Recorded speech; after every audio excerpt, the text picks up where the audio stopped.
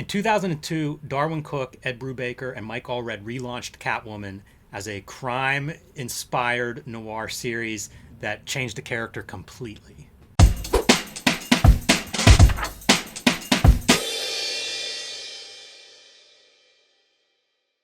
Hello and welcome to your favorite YouTube channel, Cartoonist Kayfabe. My name is Jim Rugg. I'm Ed Piskor. And I want to remind everybody, we are a daily comic book YouTube channel with over 1,600 videos in our catalog, and you can search those on our Cartoonist Kayfabe YouTube homepage. Enter your favorite book or your favorite creator, and chances are you'll find something there to enjoy. I also want to remind everybody that part of the way we pay the bills here is Cartoonist Kayfabe Patreon. We have 3 different levels that'll get you access to our videos early. And at the top level, the King Kayfabers, they get access to all of our videos first because they get to sit in on the live recording session, which gives them a very big leg up on the Kayfabe effect. Whenever we show a book that people want, it tends to go up in price or disappear in the aftermarket. So if you're a King Kayfaber, you're the first one in line to get that book. All right, so we are looking at Catwoman #1, Ed Brubaker on writing, Darwyn Cooke on the penciling, and Mike Allred on the inking team. And I'll tell you, I brought a couple of the other issues. I think there's 4 of these in all. And I was kind of struck right away by how about that for cover design in a time whenever comics are typically put on a wall of other comic books and you want to stand out. I feel like that's a pretty good design that's different than what else is on that usually a very loud, bright colored wall. 1,000%. And all it takes is going to Barnes & Noble and taking a look at the magazine racks with proper magazines, and you realize there isn't 50 competing images on the cover of well-designed magazines. It's usually one dominant figure, some spokesmodel or something like that. So that's what they're giving us. And the size of the figure is incredible. Like if she was standing up, she'd be 3-4 feet tall. Yes. Of an illustration. It feels like fashion artwork. And even her costume is colored gray. Like it's almost a black and white cover. Yeah. In a world known for 4-color fantasy, this is definitely doing something a little bit different. Totally. Darwyn Cooke created the logo for this. It was originally lined up, it would have been like Catwoman 96, whatever number the Jim Ballant series was on. And whenever they started seeing it, it was like, you know what? This should be a #1. This should be a new series, a new direction. Darwyn Cooke also did Selina's Big Score, a graphic novel that he wrote and penciled and inked himself. That's fantastic. We'll have to look at some point. Right around this time, and it was kind of between the previous series and this series, because Catwoman doesn't have the costume yet. She's just like this cat burglar, wears maybe dark clothes and goes out and steals. It's a really fun graphic novel. I remember when the movie came out and was whatever it was, and I thought, why didn't you just adapt Selina's Big Score? Like it's a crime comic. It would have made almost a perfect transition to the screen. So the series starts up, and he comes on board as penciler for the first story arc, and he's joined by Mike Allred on inks, and I kind of love it. It's a much slicker inking style than what I see when Darwyn Cooke inks himself, which I also like. But if you're going to bring somebody on board, I like having something else come in. It's almost like the sum is a little different than the parts. Yeah. And we going through our Wizard coverage, often I am on the record saying that like Batman Adventures is the most kind of pleasing Batman stories. And I do still agree with that, but at least they brought the art style into like one of the proper canon books, because the art style is updated. Unfortunately, this is still, writing for the trade type stuff. Nothing happens in this comic. Almost zero happens. It's all kind of set up. But Darwyn Cooke shines. Great compositions. And it's a lot of stuff. He's doing a lot of things here, but it's a lot of like deep foreground, middle ground, background stuff where you see these close hands. You see this sewer grate. So like that's going to have to factor in, and it does. Great color on here. This was still a very radical style in 2002. Most comics did not look anything like this. No, not at all. Like that's what I mean. So to bring this kind of style into proper canon, it sort of it meant a lot, because there was the adventures wing of comics, and then there is the noodly fucking Denny O'Neil wing of Batman comics. So this is totally a transition, and it was noteworthy. Like Darwyn Cooke is getting shine in like Comic Book Artist magazine and shit like that. Yeah, it's this first storyline is about a serial killer that's killing prostitutes. So you're taking this animated, what we associate with an animated kid's style, and doing a totally opposite, as you say, bringing it into the main universe or whatever. Subject matter wise, it was not what you were used to seeing with this. And to your point about the noodling style, this is about the time of Jim Lee's Hush. Like Right. they're right around the same time in terms of publication, to give you an idea of the range of those two. Yeah, no, it's super special stuff, and it felt like Darwyn Cooke came out of the scene like shot out of the cannon, like just straight out of nowhere, doing the guys like Mike Parobeck and Ty Templeton. They were able to capture that style pretty well, but there's an extra compositional element that Darwyn Cooke brings to the table that like a lot of those other guys didn't, and the lettering is interesting to me because I feel like they cribbed the hand lettering from Gilbert Hernandez. That's really interesting because Darwyn Cooke would go on to work with him. It's not like they didn't know of one another's work. Right, and I'm not saying, like, there's a different... It's not Darwyn Cooke doing the lettering here. No, it's, right. It's some other guy gets the credit, but I swear to God, like, those fonts and stuff like that, like, that slim, semi-italic, I swear that's Gilbert. One of the things that stands out to me, I was mildly disappointed in this first issue and ended up reading second and third and really liking them more. It's almost like he finds his footing and there's some establishing stuff. One of the establishing things is the transition from the previous Catwoman version. Right, yeah. And you see that here, like she's dreaming and then she's talking to a psychiatrist about these dreams and what they all mean. And you'll see a tight 8-panel grid, right? Yeah. Pretty easy to read even if you don't read any of the captions. And by the way, that was established by Bruce Timm in the Batman Black and White to, like, use that style with the 8-panel grid, like, in that sort of format. Yeah, it's fantastic. You don't see the 8-panel grid nearly as much as like a 6-panel and a 9-panel, and I love it whenever it shows up. And I think he's a master of it. It's such a cool thing to compose with. We leave our session, and now we still have those 4 tiers, but it's no longer perfect pieces. We're out in the real world. It's kind of a fallen world. Gotham still has a lot of crime on the streets, right? We're offering drugs and what you need here as soon as she leaves. And I feel like that's one of those really subtle storytelling pieces that's done in your panel sizes and layouts. And I mention it because there's a bunch of that stuff that Cooke does. Like he does these directional devices. We're going to see these manhole covers throughout, and there'll be panels where it's really prominent, but also panels where there's just a long shot. Right. On its own, you don't think too much of it, but reading the entire story, it's going to come up again and again. Really reducing the background elements to the like bare essentials, and it's so perfect, man. Like in true animator fashion, just like pulling out all the most important lines. And I think of that with Allred as well. Like, I wonder what Allred got out of this, because I think that he probably learned a couple of things from Darwyn Cooke. Interesting that we do a gutter there at an angle, which I guess is leading into our flashback, and you get a little bit of Batman Year One, Yeah, exactly, a nod there. I feel like if it wasn't this art team on this, you have nothing here. Like, just what Brubaker put in this is not enough to keep you coming. It really is like enjoying Darwyn Cooke's artwork that kind of would make me buy the next issue.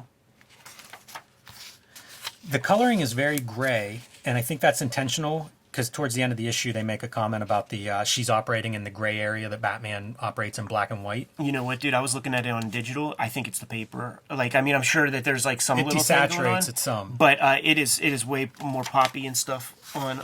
Let me see if I still have it.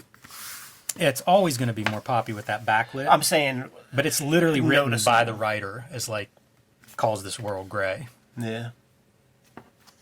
How about that for drawing you'd never see in a Marvel DC superhero comic? Right.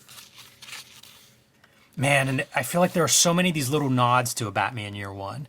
I think of Batman kicking down that pillar in Batman Year One whenever he's trapped by the police and he's causing a cave-in. It's exactly this moment, You're not aping that panel, but I do think you're playing some of the hits. And why not? I also like that weird proportions of the head that appear a lot in this version. It's almost Paul Pope's. Yeah. Was Paul Pope's out at this point? I don't know when that comes out. But also, in the cartoon, they started to fool around with that, too. Yeah, Around it's a that time. cartoon-ism. But you know what it is? It's an evolution of the Bob Kane, like Bill Finger Batman. Yeah, like a throwback. Exactly. Which is what you see on the front cover, I think, of these books. Like, yeah, this right there. You know, it's the Bob Kane face. Like Chip Kidd did a logo redesign for a bunch of the books. I don't know if it's that time, but that little logo kind of reminds me of that. There are also action sequences that remind me of storyboarding. Totally. Like this comes to mind. This is your Rambo, suit up. So this is going to be our first glimpse of the new, well, besides the cover, the first glimpse of the new Catwoman costume. And part of this story is, she's evolving into this other character, so you get a different costume. No tail on this one. Has a run-in with Batman, trying to figure out exactly what she's doing. And this, again, those proportions, something that Paul Pope carries over into his Batman work. It's true. I think he takes over with the Catwoman covers, starting with issue 5. Paul Pope? Yeah. Oh, that's interesting.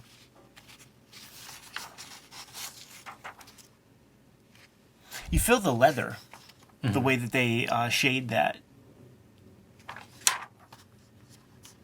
Man, he could build a figure, huh?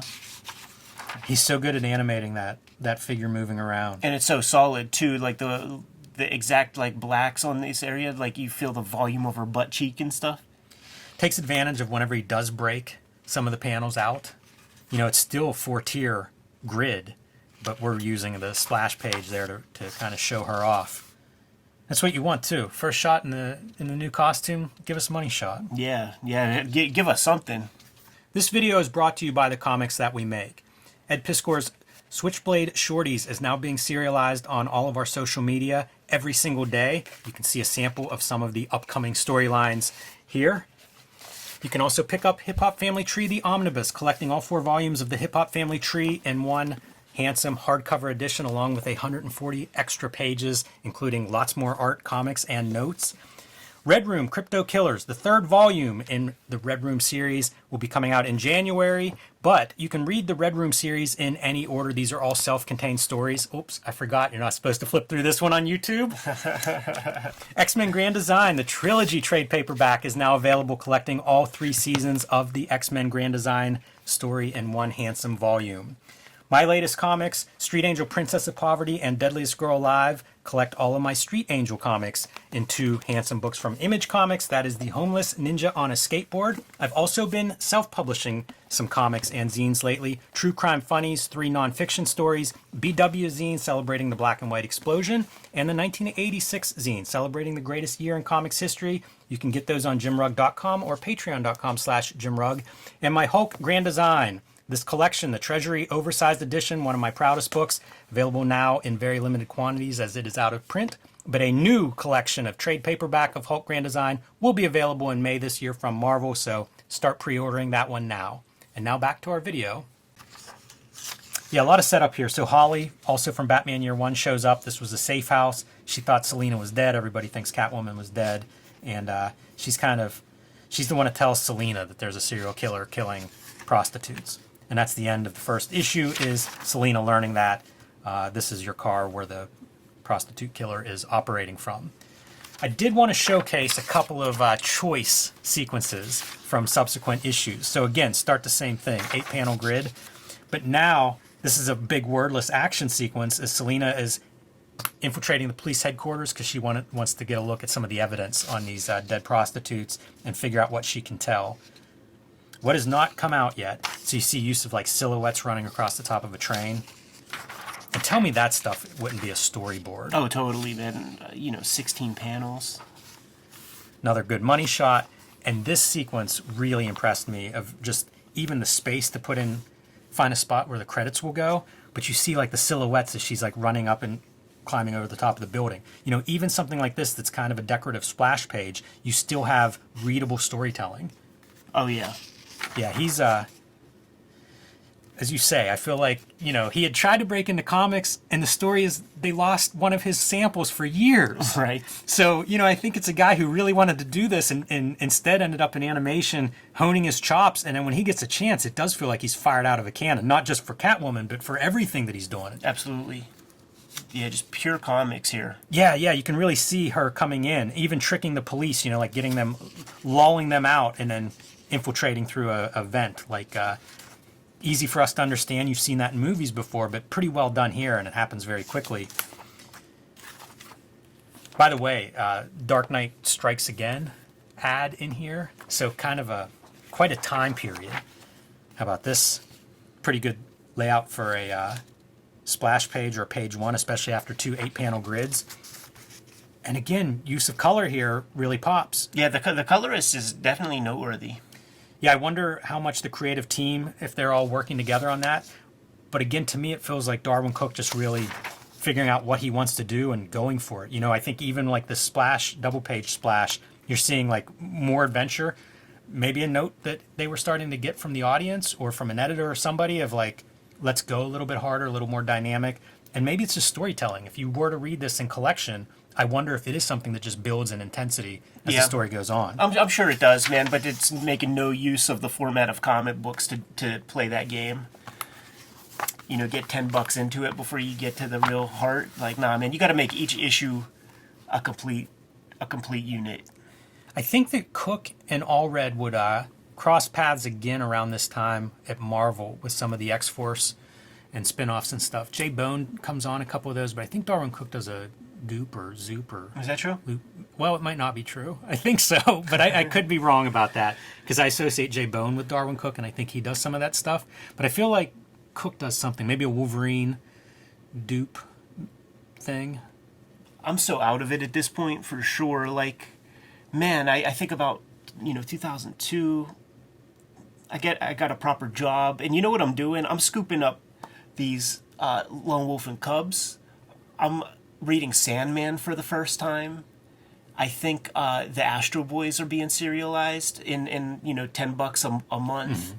So like that's what I've so divorced from Marvel DC Comics probably for nearly 7 years at this point, probably. Yeah, these are things I came to later. I was also out, and I was out. One of the major reasons was the writing for the trade.